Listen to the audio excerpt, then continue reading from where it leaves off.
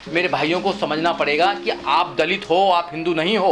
आपको समझना पड़ेगा, जब जब भी आप पर परेशानी आती है या आप पर अत्याचार होते हैं तो ये लोग नहीं आते। कहाँ इनके संगठन, कहाँ है आरएसएस, कहाँ है बजरंग दल, कहाँ हिंदू परिषद, विश्व हिंदू परिषद, कहाँ है इनके संगठन? कहीं नहीं आते हैं। आपने देखा जब दिल्ली के अंदर रविदास मंदिर को तोड़ा तो उस मंदिर को बचाने के लिए एक भी संगठन नहीं आया। और आज फिर जब हाथरस में एक पीड़िता के साथ में उसकी जबान काट दी गई, उसकी रीढ़ की हड्डी तोड़ दी गई, उसको मरने के लिए मजबूर किया गया और वहां की पुलिस प्रशासन ने कुछ नहीं करा, तो आज वो कहां संगठन, आज कहां वो एक्टिविस्ट? ना महिलाएं बाहर आ रही हैं, ना वो एक्टिविस्ट बाहर आ रहे हैं। जो लोग ढोंग करते हैं कि हम एक्टिविस्ट हैं, वो एक्टिविस्ट नहीं है, वो एक जाति के एक्टिविस्ट हैं, वो एक समाज के एक्टिविस्ट हैं। उनको समझना चाहिए और ऐसे लोगों को जूते मारने चाहिए कि जब तुम्हारी बात आती है तो आप आवाज उठाते हैं और जब दलितों की बात आती है, ओबीसी की बात आती है, मुसलमान की बात आती है तो आपका क्या सांप सूंघ जाता है? ये खराब बात है।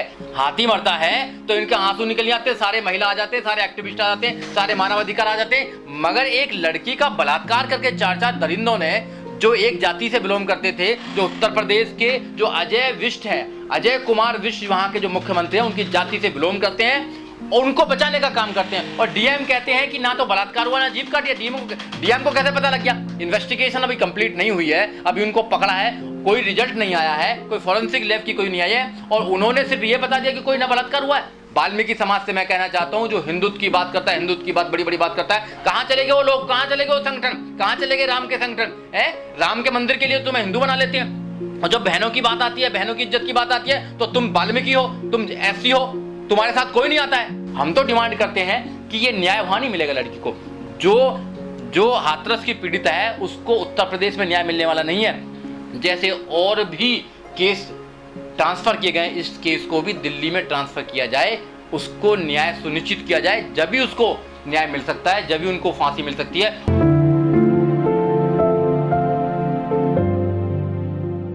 देखो, ये समझना पड़ेगा लोगों को कि जो हाथरस की पीड़िता है उसकी मृत्यु हो गई है, मगर जो सो कॉल्ड एक्टिविस्ट हैं, जो कहते हैं कि हम एक्टिविस्ट हैं, सबके लिए न्याय की बात करते हैं, हम कफिल के लिए न्याय की बात करते हैं, आज वो किसी की भी जबान नहीं खुल रही है। और जो महिलाएं हैं जो रोती थी और कहती थी हम महिलाओं के लिए काम करते हैं, स्मृति जैसी औरतें हैं, वो कभी भी महिलाओं के लिए काम नहीं कर रही हैं, ना बात कर रही हैं। अब जो वहाँ हाथरस की जो पीड़ित है उसके लिए कोई बात ही नहीं कर रहा है। आप देखिए, इवन यहाँ तक भी जो राष्ट्रीय महिला आयोग है उसकी जो महिलाएं हैं, उसकी जो सदस्य हैं, वो कहाँ हैं? वो बात ही नहीं कर रही हैं। क्यों बात नहीं कर रही है? क्योंकि जाति के नाम पर इन सबको सांप सूंघ जाता है। जाति के नाम पर इस देश के अंदर जाति है। जब अपनी जाति की बात आती है तो ये खूब जवान निकाल के बात करती है, लंबी लंबी बात करती है। तो ये देखना पड़ेगा, इनका दोहरा चेहरा है। जब अपनी बात आती है, मीडिया भी उनका दोहरा चेहरा, मीडिया में भी वो लोग बैठे हैं। जब कंगना की बात आती है तो छज्जा गिरने की बात है तो पूरे मीडिया में आग लग जाती है, पूरा मीडिया पूरे देश में ऐसा लग जाता है। प्रधानमंत्री भी उस पर ट्वीट करते हैं, गृह मंत्री भी ट्वीट करते हैं। मगर जब एक बेटी का बलात्कार करके उसको मारने के लिए छोड़ दिया जाता है, जीभ काट दी जाती है, रीढ़ की हड्डी तोड़ दी जाती है, तो कोई संगठन आवाज उठाने के तैयार नहीं है। तो ये मीडिया भी जातिवादी है, ये लोग भी जातिवादी हैं जो ढोंग करते हैं। ऐसे लोगों को पहचानना चाहिए, ऐसे एक्टिविस्टों को देखना चाहिए। और जो लोग, जो महिला है, क्या बीजेपी में महिला नहीं है? महिला जितनी भी है, सांसद है, कितनी महिला सांसद है वहां पे? किसी ने बोला आज तक है? नहीं बोला आज तक। मगर कोई और बात आती है तो सब बोलने लगती हैं। वहां पर है और बहुत सारी हैं, जैसे अभी मैंने उनका नाम लिया है, जो स्मृति ईरानी है, उत्तर प्रदेश से बिलोंग करती है, मेनका गांधी है। तो ये जाति मानसिकता के लोग हैं, इसको समझना चाहिए, इनको त्याग करना चाहिए। तो हमारे साथ कोई आने वाला नहीं है, हमारे साथ हमारे भाई आने वाले हैं। आपको समझना पड़ेगा। अगर आज भी नहीं समझे तो कब समझोगे तुम बताइए? आज तो बलात्कार हो रहे हैं, लोगों को मारा जा रहा है। आप हरियाणा में एक बच्चे को मारा, वाल्मीकि समाज को, यहाँ पे वाल्मीकि समाज की जो लड़की है उसके साथ बलात्कार किया, जीभ काट दी गई। कहाँ है वो लोग? क्यों नहीं आ रहे? अपनी तनख्वाह होती है, तनख्वाह जब लेनी होती है तो सारा झाड़ू छोड़ देते हैं, सारे इकट्ठा कर लेते हैं सब कुछ को। आज क्यों नहीं छोड़ रहे? एक दिन का क्या बड़ा आंदोलन नहीं कर सकते पूरे देश के अंदर? पूरे देश के अंदर 10 दिन झाड़ू ना लगाई जाए, पूरे देश के अंदर जितने भी वाल्मीकि समाज के लोग हैं, अगर वो कह दें कि जब तक न्याय नहीं मिलेगा और जब तक प्रधानमंत्री आश्वासन नहीं देंगे कि किसी भी दलित समाज के या किसी भी मुसलमान समाज के, किसी भी महिला के खिलाफ कोई ऐसा अपराध नहीं होगा, जब तक हम काम पर नहीं आएंगे, तो बताएं सरकार घुटनों पर आ जाएगी। पर हम नहीं करना चाहते। अरे ये लोग जब मरते हैं, जब इनको विनय दुबे को मारा तो इनके ये सब निकल आए। तो ये ब्राह्मण जो कौम है ये दो मुही सांप है, ये इधर भी चलती है उधर भी चलती है। अरे एक अपराधी के खिलाफ इन्होंने आज नहीं करा, इनका ही चेहरा है। कठुआ में जब एक छोटी बच्ची के साथ रेप हुआ था तो ये वही लोग थे जब वहां पे प्रदर्शन कर रहे थे। आज भी ये प्रदर्शन कर रहे हैं। आज भी ब्राह्मण सेना कौन सी सेना बना रखी है, श्रवण परिषद कह रहा है कि हाँ श्रवण परिषद कह रहा है। अरे तुम लोग भैया, क्या तुम्हारी बहन बेटियां नहीं है क्या तुम्हारी ये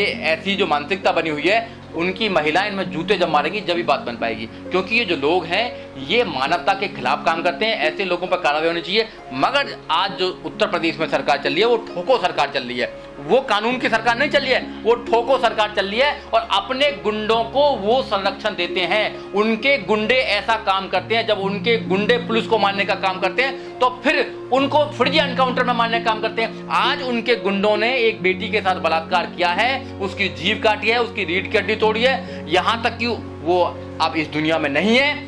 उसकी लाश को भी उनके परिवार को पुलिस ने देना उचित नहीं समझा है। कितना शोषण कर रहे हैं बताइए। हर आदमी चाहता है कि उसकी जो बेटी है आखिरी समय में वो उसको देखे, मगर उसके घर वालों को, उसके रिश्तेदारों को, गांव वालों को भी नहीं दिखाया। और रात के 3 बजे चोरों की तरह उसका क्रिमिनेशन कर दिया गया। क्या ये दंडनीय अपराध नहीं है?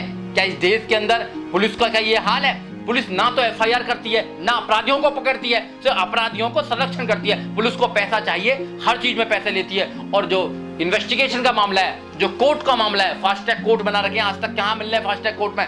सारे सिस्टम में ये लोग बैठे हुए हैं। यहां न्याय की उम्मीद लेना बहुत मुश्किल है।